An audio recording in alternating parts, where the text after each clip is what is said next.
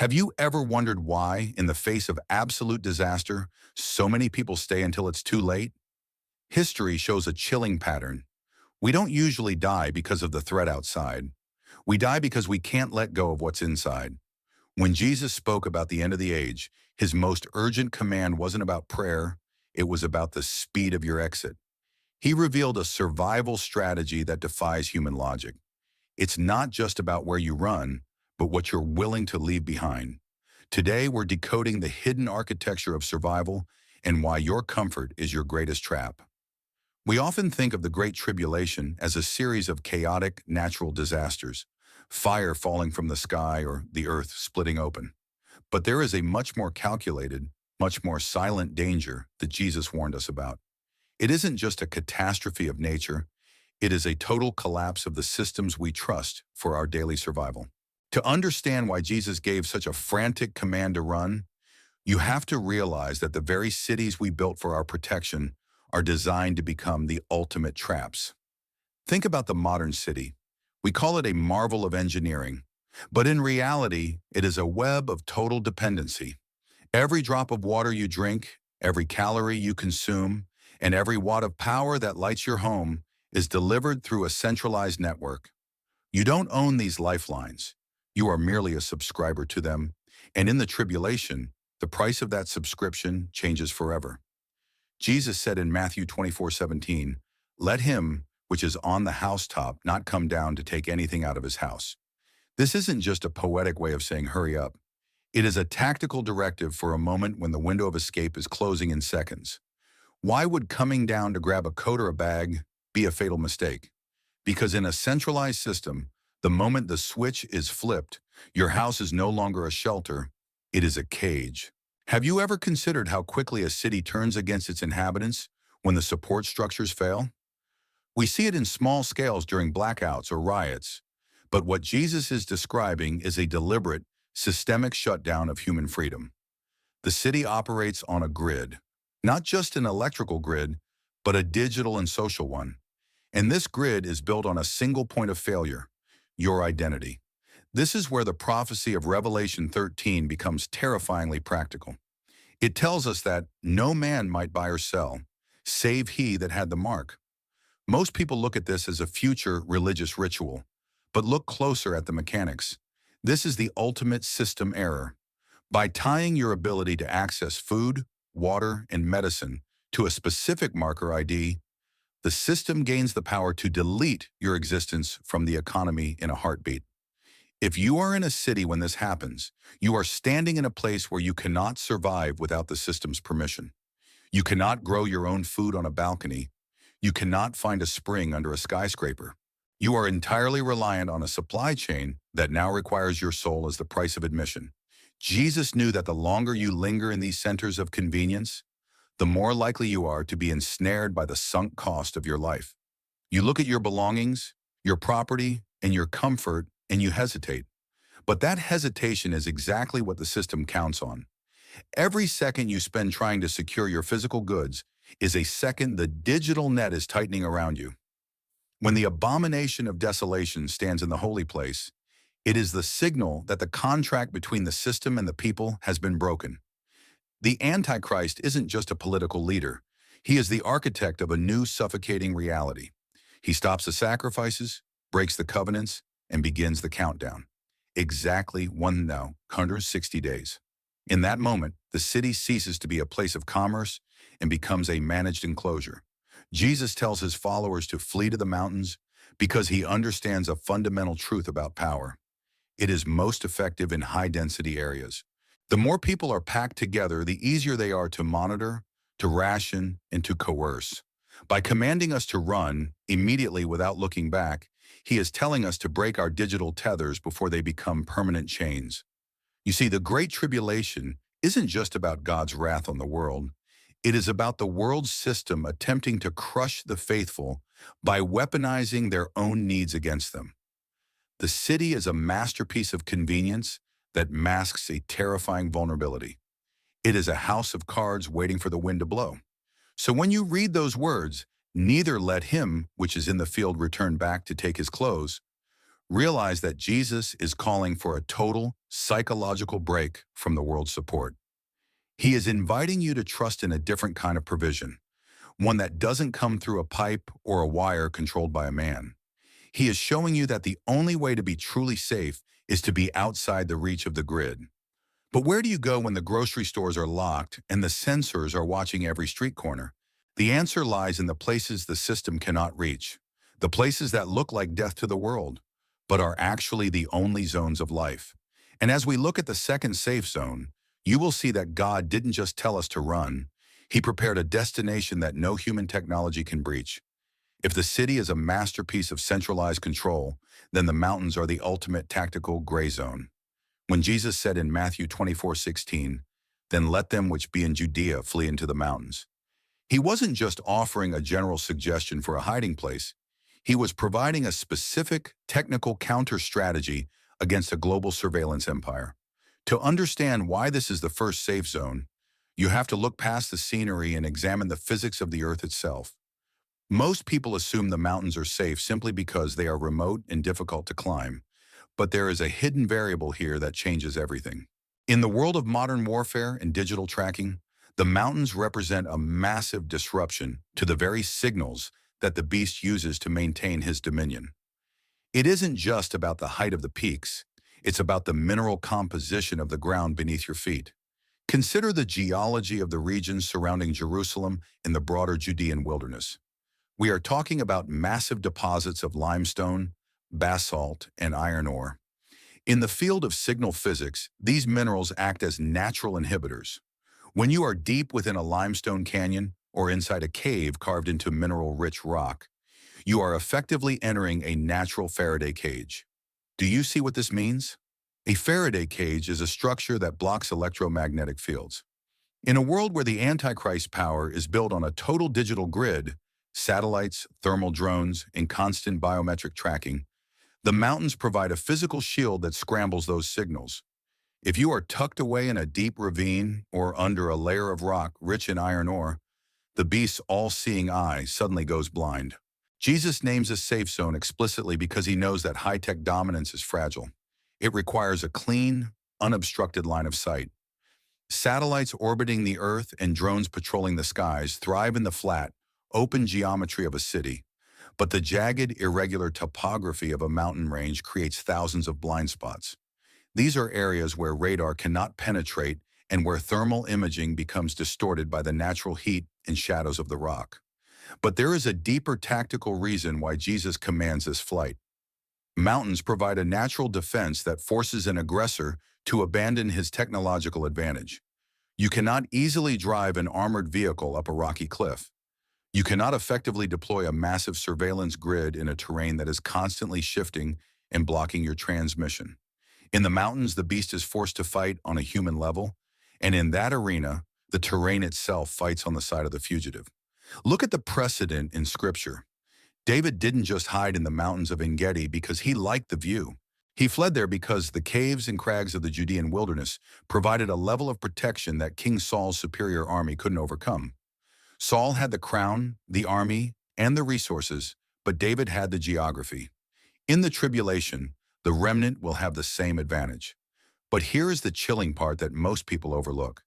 Jesus says, "Let them which be in Judea flee." He is addressing a specific geographic theater. He is speaking to those who will be in the immediate proximity of the desecrated temple. Why? Because the moment the abomination of desolation is set up, the city becomes a kill zone for digital tracking. The surveillance net will be cast from the center outward. If you do not move toward the mountains immediately, you will be caught in the sweep of the grid before you even reach the outskirts. Think about the urgency Jesus emphasizes. He tells the man on the roof not to go back for his belongings. He tells the man in the field not to go home for his coat. This isn't just about speed, it's about the physics of the net. Once the beast activates the control grid in the urban centers, every exit will be monitored by biometric sensors. The mountains are a refuge, but they are only an option for those who recognize the signal and act without a second of hesitation. But what happens when even the mountains feel too close? What happens when the beast realizes that his digital eye is being blocked by the rock and he begins to send his armies into the peaks. This is where the second safe zone becomes essential, because while the mountains provide a physical shield, the next location provides something far more extraordinary. It is a place where God doesn't just block the signal, he prepares a total supernatural provision in a place where nothing should be able to survive. Most people look at the prophecy of the mark of the beast and think only of a chip, a barcode, or a piece of high-tech jewelry. They worry about the physical object. But if you focus only on the technology, you are missing the most terrifying dimension of this warning. The mark is not just a tool for commerce. It is a total social contract. It is the moment where your digital identity becomes the only way you are allowed to exist in the eyes of the world. Think about your life right now. Your ability to drive, to work, to access your bank account, and even to receive mail depends on a string of data held in a centralized database. In the modern era, you don't exist because you have flesh and blood. You exist because the system recognizes your credentials. Now imagine a moment where the terms of that recognition change. Revelation 13:16-17 tells us exactly what the Antichrist will demand. And he causeth all, both small and great, rich and poor, free and bond, to receive a mark in their right hand or in their foreheads, and that no man might buy or sell, save he that had the mark or the name of the beast or the number of his name. Do you see what is happening here? This isn't just a restriction on grocery shopping. This is the collapse of the social contract as we know it. By tying the ability to buy and sell to a mark of worship, the beast is creating a closed-loop reality. If you refuse the mark, you are not just becoming poor, you are becoming a legal ghost. You are being deleted from the very structure of human society. In the eyes of the Antichrist world order, if you do not have the mark, you are a non-entity. You have no rights, no protection, and no standing. This is why Jesus warned us about the extreme difficulty of those days. He wasn't just talking about physical hunger, he was talking about the psychological weight of being completely erased. But here's the perspective shift you need to grasp. Taking the mark is an act of social suicide.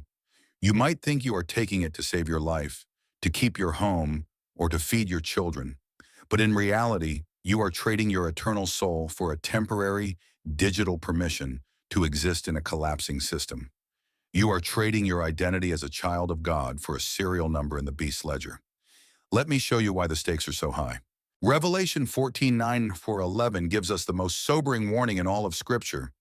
If any man worship the beast in his image, and receive his mark in his forehead, or in his hand, the same shall drink of the wine of the wrath of God, and the smoke of their torment ascendeth up for ever and ever. Why is the judgment so severe? Because taking the mark is a permanent, irreversible choice of allegiance.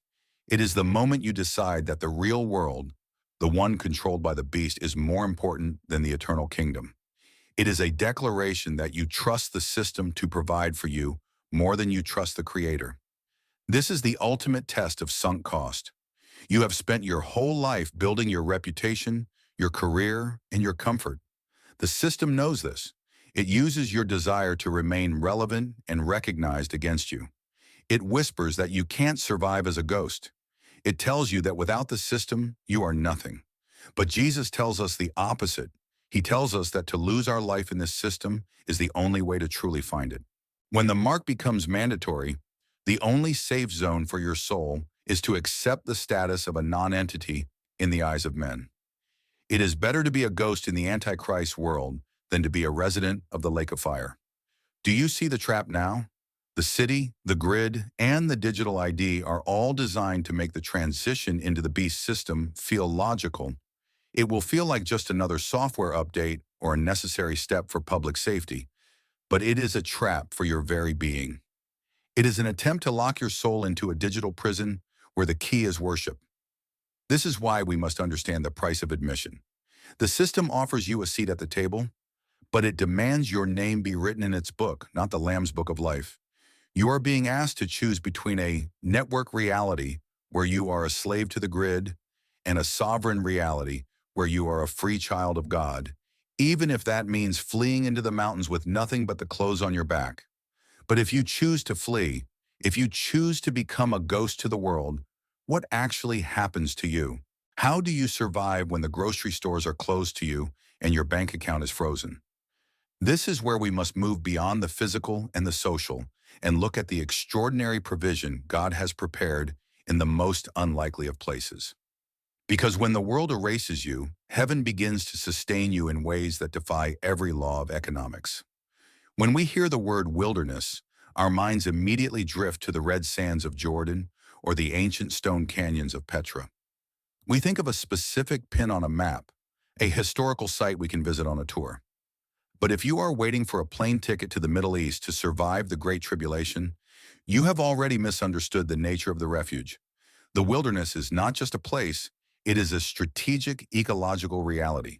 It is what scientists today call a micro-refuge. Most people believe they are safe because they have a sturdy house in the suburbs with a locked door. But I want you to look at the geography of your survival. Where does your water come from? Is it pumped from a municipal plant miles away? Where does your food come from? Is it shipped through a global supply chain that requires a digital signature at every stop?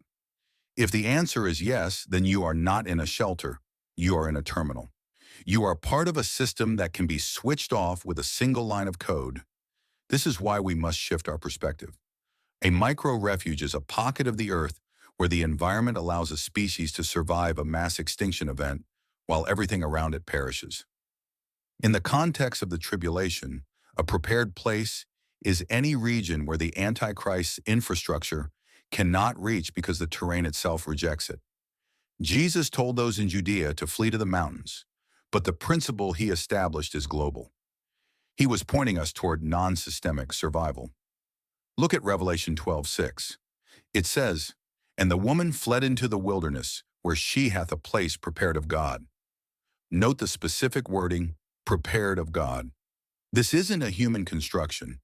This is a biological reserve where the laws of the beast's economy simply fail to function.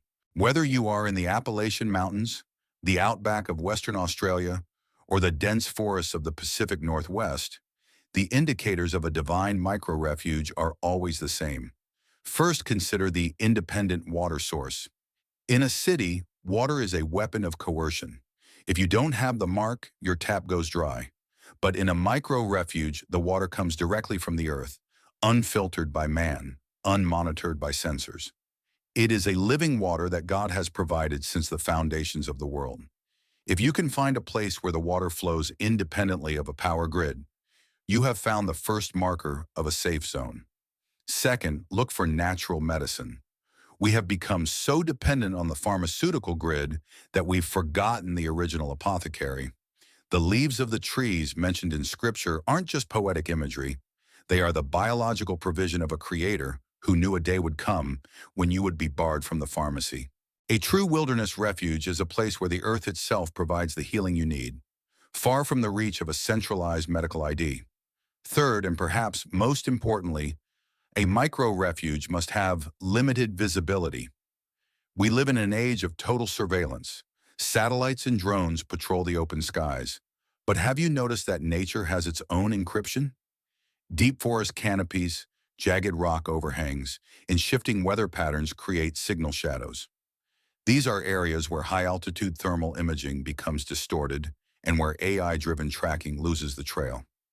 The very harshness of the wilderness is actually a cloak of invisibility provided by God. You see, the wilderness is where the human system stops and the divine system begins. In the city, you are a node in a network, a number to be tracked and managed. But in the wilderness, you return to the state of a child in a garden.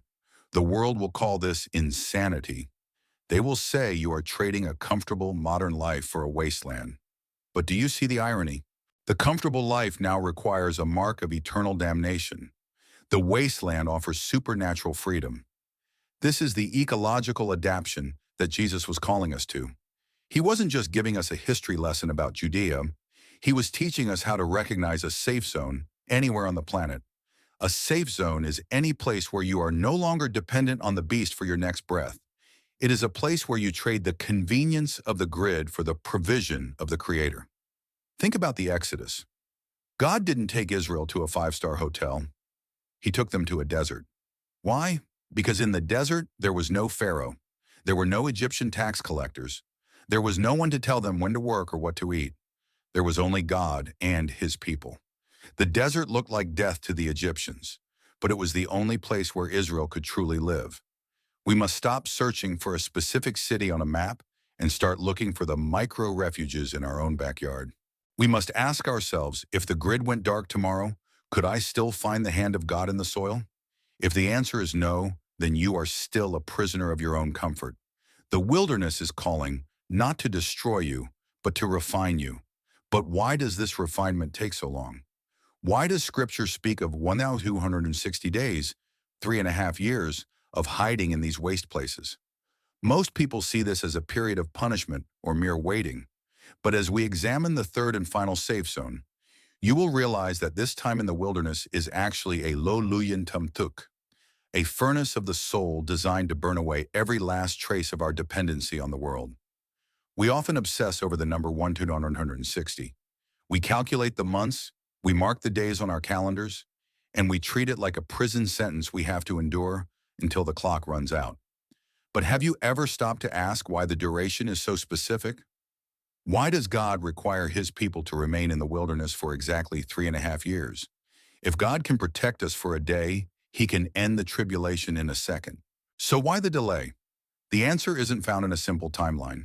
It is found in a profound psychological reality that anthropologists call liminality.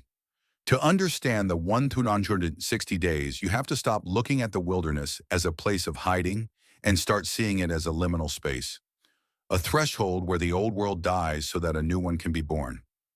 You see, the problem isn't just the Antichrist outside of you, it is the slave gene inside of you. For decades, the urban system has been hardwiring your brain for dependency. You have been trained to react to the grid, to obey the clock, and to look to the state for your next meal. These aren't just habits, they are neural pathways. They are the gentle chains of convenience. And you cannot simply walk away from those chains. They have to be burned out of you. This is why the 1,260 days are a biological and spiritual necessity. In Revelation 12:6, it says, "The woman is nourished in the wilderness for 1,260 days." But notice, she isn't just hiding there. She is being fed by God. This is a total deprogramming of the human spirit. It is a period of liminality, a state of being betwixt and between. You are no longer a citizen of the beast empire, but you are not yet a ruler in the coming kingdom. You are in the threshold. But here is the psychological reality that most people miss. It takes time to break the yen di trien quasunole, the genetic legacy of slavery. Think back to the Exodus. Why did God keep Israel in the desert for 40 years? It wasn't because they were lost. It was because the generation that had the mind of a slave had to pass away before a free people could enter the promised land. The wilderness was the only place where the Egyptian architecture of their minds could be dismantled. In the Great Tribulation, God is doing the same thing, but at a vastly accelerated pace. 3.5 years is the exact cycle needed for a total transformation of the human collective consciousness. It is long enough for the memory of convenience to fade. It is long enough for the panic of not having the mark to be replaced by the quiet confidence of supernatural provision. Why is this so critical? Because the people who emerge from those 1,960 days cannot be the same people who ran into the mountains. If you enter the wilderness as a refugee, you must emerge as a saint. A refugee is driven by fear. A saint is driven by loyalty. The wilderness is designed to strip away the fear. When you have been fed by the hand of God for over 1,000 days, the threat of an economic boycott loses its power over you. You become decoupled from the world system. Do you see the irony? The world looks at the people in the wilderness and sees losers who have been cast out of society. But from heaven's perspective, these are the only truly free humans on the planet. They are in a state of liminality, where they are being reformatted for a new reality. They are learning to live by a different set of laws, laws of faith, laws of nature, and laws of divine love. This period of isolation is actually a lo luyentumtuk, a furnace of the soul. In the city, your mind is bombarded by 1,000 different signals every hour. Advertising, news, social pressure, digital noise, All of it is designed to keep you in a state of low-level anxiety and high-level dependency. But in the silence of the wilderness, those signals die. For the first time in your life, you are forced to listen to the only signal that matters, the voice of the Creator. The 1,260 days are not about survival. They are about sanctification through separation. God is creating a new race of people who have lost the ability to be afraid of men. When the beast finally gathers his armies for the end, he will be facing a remnant that has been liminalized. He will be facing people who have already died to the world system and have been reborn in the waste places. You cannot threaten someone who has already lost everything and found that they are still whole. So if you find yourself counting the days, change your focus. Don't ask, when will this end? Ask, what part of the old world is still alive in me? Every day in the wilderness is a day that the slave gene is being erased from your DNA. The hunger, the cold, and the isolation are not the enemy. They are the tools of your liberation. But there is one final safe zone that we haven't discussed, and this is the most difficult one to accept because it requires a level of courage that defies every human instinct for self-preservation. Because for some, the wilderness isn't a place of physical refuge. It is a spiritual victory that happens in the very face of the destroyer. As we examine this third zone, you will see that the ultimate safe zone isn't a coordinate on a map. It is a state of being that is completely beyond the reach of death itself. But what if you can't run? What if the mountains are too far and the exits to the wilderness have already been sealed? For many, this is the most terrifying scenario. You find yourself trapped behind enemy lines, standing face to face with a system that demands your total submission. But it is here, in the most desperate moment, that we discover the third and most unexpected safe zone. It is the victory of the invisible. We have spent this journey talking about physical shields and ecological refuges. But there is a hidden variable in the equation of power that the beast cannot account for. You see, every system of tyranny relies on a single psychological lever, your desire to preserve your physical life at any cost. If the system can threaten your body, it can control your soul. But what happens when that lever is broken? What happens when you become invisible to the reach of Bioluk? Jesus gave us a sobering warning in Matthew 10:28. And fear not them which kill the body, but are not able to kill the soul, but rather fear him which is able to destroy both soul and body in hell. This is not just a theological statement, it is a tactical blueprint for the ultimate safe zone. It is a zone of absolute autonomy where the Antichrist power simply ceases to function. You must understand the limitation of the digital grid we discussed earlier. Drone technology, biometric IDs, and satellite surveillance are all designed to track and manage living assets. They are tools used to coerce people who are desperate to remain part of the network. But when a believer reaches the point of total surrender, when they value their faithfulness to Christ more than their next breath, they effectively glitch the system. How do you control a person who is not afraid to die? You can't.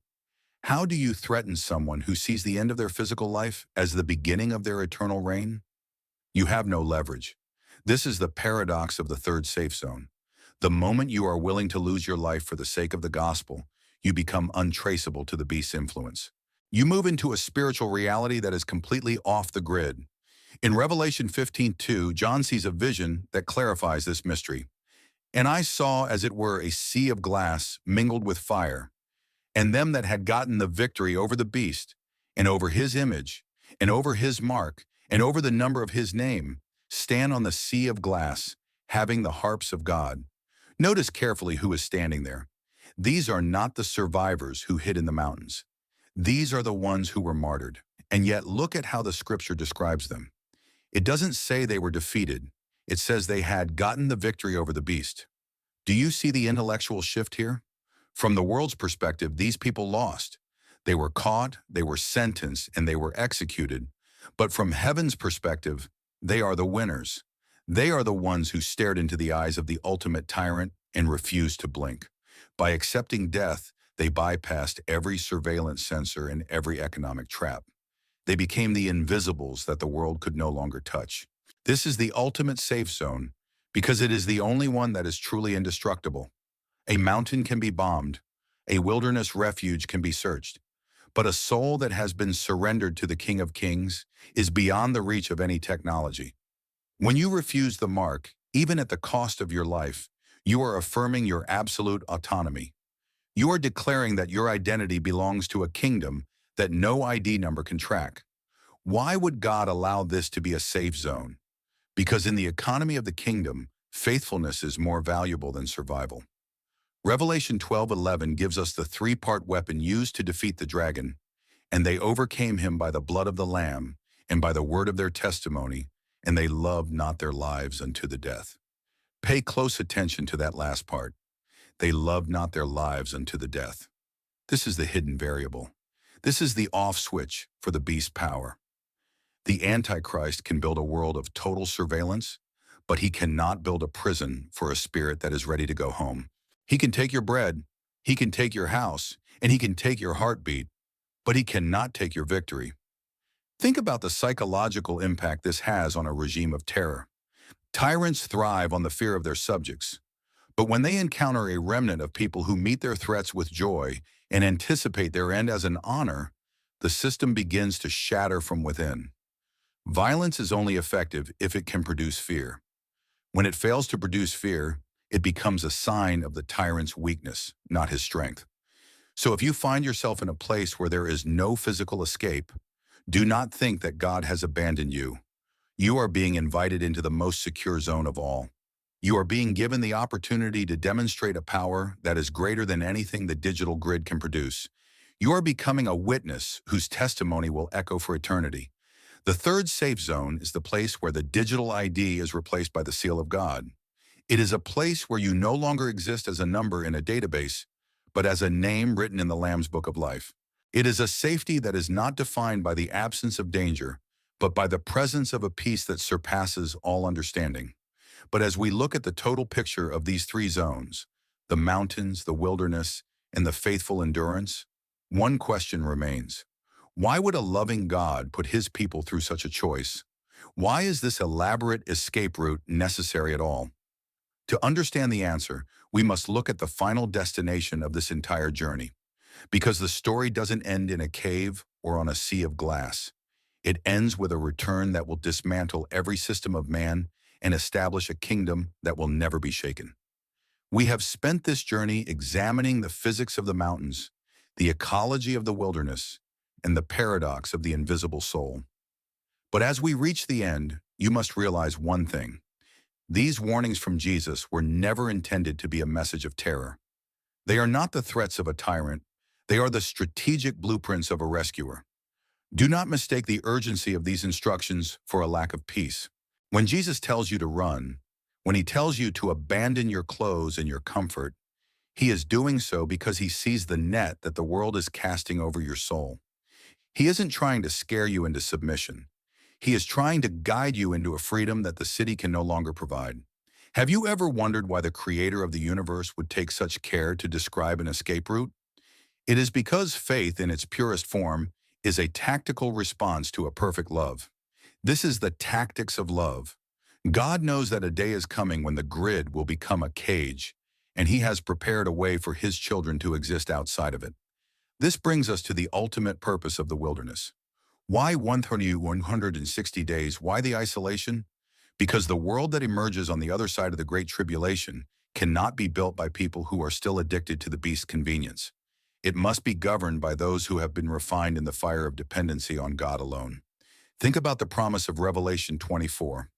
And I saw thrones, and they sat upon them, and they lived and reigned with Christ 1,000 years. Do you see the connection?